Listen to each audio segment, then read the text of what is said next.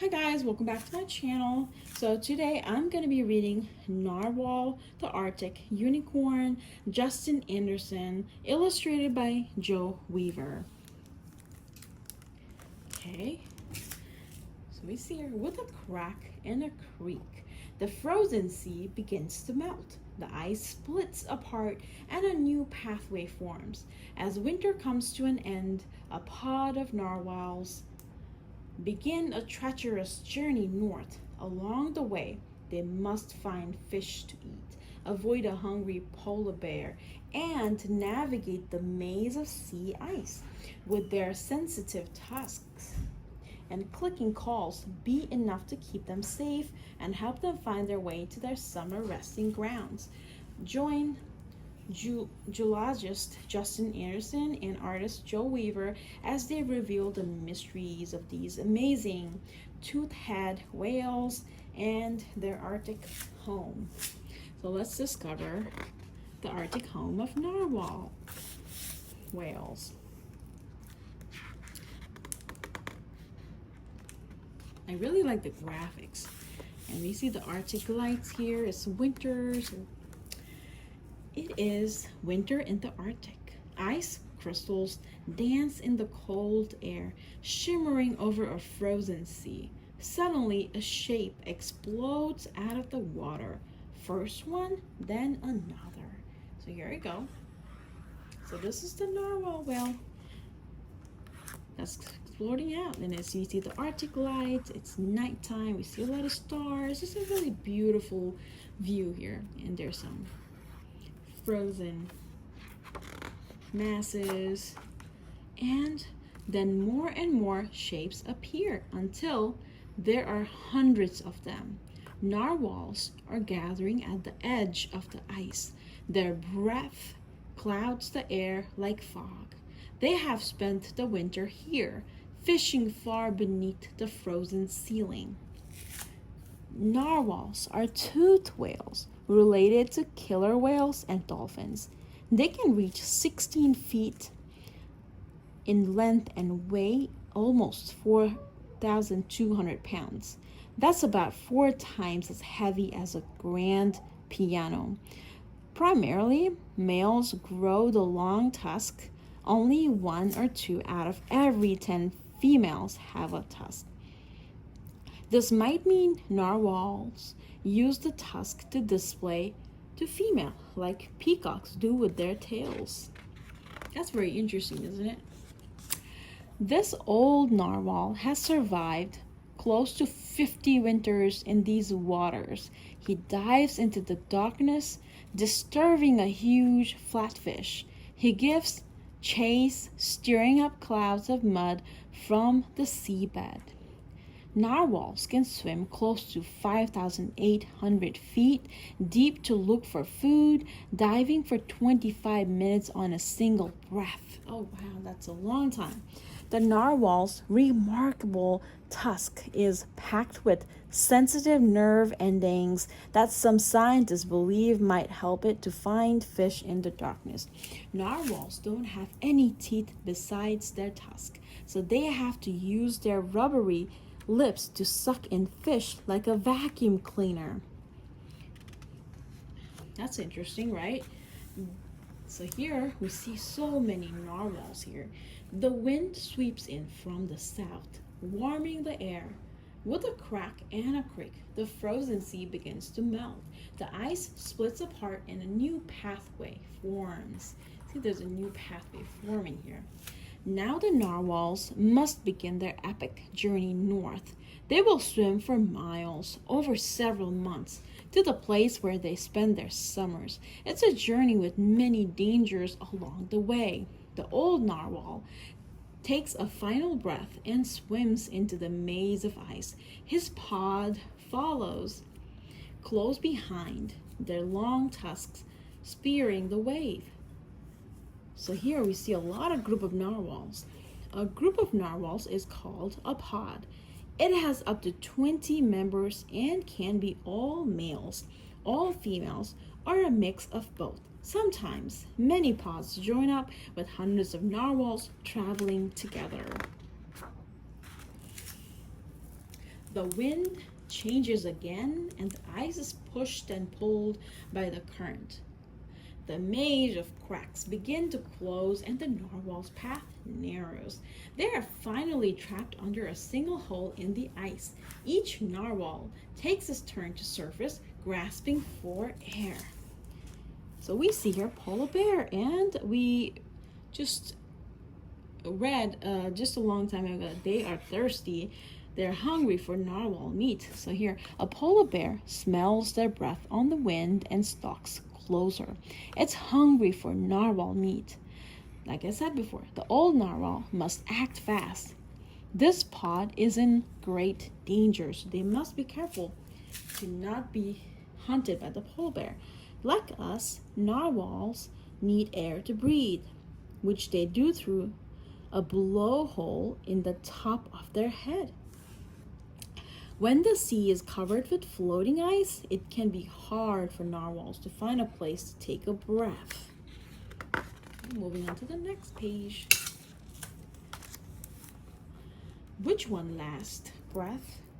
With one last breath and a great sweep of his tail, he dives down beneath the ice to search for a way out. He makes a series of clicking noises which bounce off the ice and then back to him. Narwhals use these signals like the beam of a flashlight, building pictures out of sound that help them to see in the dark. Finally, he finds an opening, and as he draws closer, he sees the light pour through. It's an escape route. Narwhal have small eyes and their eyesight is poor. Like bats, narwhal use clicking noises to find their way in the dark. This is called echolocation. When echolocating, a narwhal can click more than 1,000 times per second. This echolocation skills are thought to be better than any other animals. That super interesting. The pod continues north for hundreds of miles, following the cliffs and mountains that rise up from the sea-like sharp teeth. Suddenly, a loud noise drums across the ice, like two wooden sticks beating together. With his mottled gray head lifted above the water, the old narwhal crosses tusks with another male. It looks like they are having a sword fight. You see that? As if they're having a sword fight. Jousting is one of the narwhal's strangest behaviors. Some scientists think the male could be fighting to decide who is in charge. Other scientists think that when narwhals rub their tusks together, it helps to scrape off seaweed. Perhaps the narwhals aren't jousting, but just brushing their teeth. Okay, let's move on to the next page. After many miles, the female narwhals pause on their journey. They have been carrying their babies inside them for more than a year, all through the winter and the long migration north. Finally, it's time to give birth. Okay, so that's a long time, a whole year of having the baby and the belly. Better long, the pod had a brand new member, a tiny olive green and brown calf without spots or a tusk. He looks like a small sausage. Oh, look at this. He looks like a small sausage. Narwhal calves stay with their mothers for almost 2 years and feed on their mother's milk for the first 20 months. During their first 2 or 3 years, male calves grow a small tusk that is as short as your finger and as thin as a pencil. At 8 years old, the tusk can measure more than 6.5 feet long. Amazingly, 1 in every 500 males will grow 2 tusks. These double tuskers are very rare. So narwhal eat Greenland halibut, squid, Arctic cod, and shrimp. Scientists have spotted a narwhal using a tusk like a club to hit and stun a fish. So the new calves stick close by their mothers as the pod travels on until at last they reach the high Arctic islands.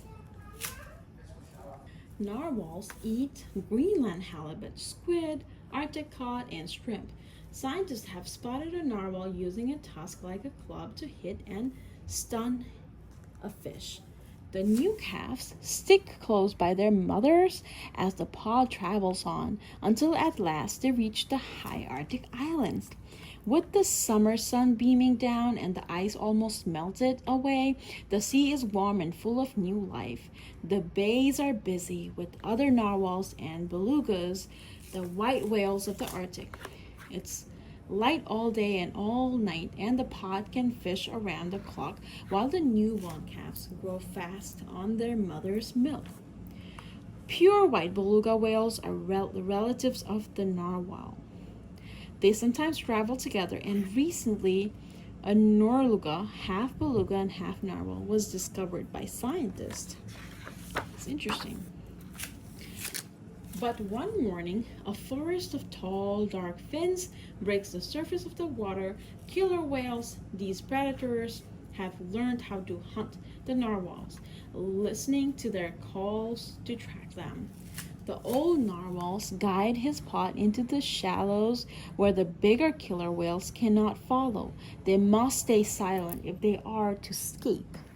At last, the killer whale move on with the dangers over. For now, the pod is safe once again. To try to escape these hunters, the narwhals hide in shallow water and stay quiet. Inuit people use the word ardiagaluk to describe this behavior. It means fear of killer whales. By September, the long summer days have begun to shorten. Soon the cold of winter will return and the sea will freeze again. The old narwhal knows it's time to leave before they are trapped by the new ice. Just a few months old, the young calves must keep up the pod. Back in the deep sea of the south, the narwhals will spend the winter hunting until the turning of the season. Then they will make their long journeys north once more. So, the future of the narwhal. By some estimates, there are about 80,000 narwhals in the wild. That may sound like a lot, but because narwhals live in the remote Arctic, it's hard for scientists to know exactly how many there are and whether their number are in danger. We do now know that narwhals are threatened by a changing climate. As the world gets warmer, the sea ice is melting, and changes in the temperature of the seawater might affect where the fish that narwhals like to eat can be found. The narwhals' amazing adaptations allow them to live in the frozen Arctic Sea, but with less ice in the summer, the narwhals may begin to encounter more competition for food from other species of whales. And without the sea ice as a barrier, it may also be easier for the narwhals' primary natural predator, the killer whale, to track and hunt them. In the past, the killer whale's huge 6-foot dorsal fin prevented them from swimming through the ice, but now the path north is easier for them to navigate. Humans are a threat to narwhals too. The Arctic now sees more boat traffic, and the narwhal could be disturbed by the noise of engines or at risk of colliding with ships. As people further encroach on their habitat, there are also likely to be more oil rigs drilling into the deep water, which could lead to population of narwhals home. So this was a great illustration about narwhals. Justin Anderson is a geologist and filmmaker with a passion for animals and wild places. He is also the author of Snow Leopard, Ghost of Mountains, illustrated by Patrick Benson. Justin Anderson lives in England. Jo Weaver is the award-winning author and illustrated of several books.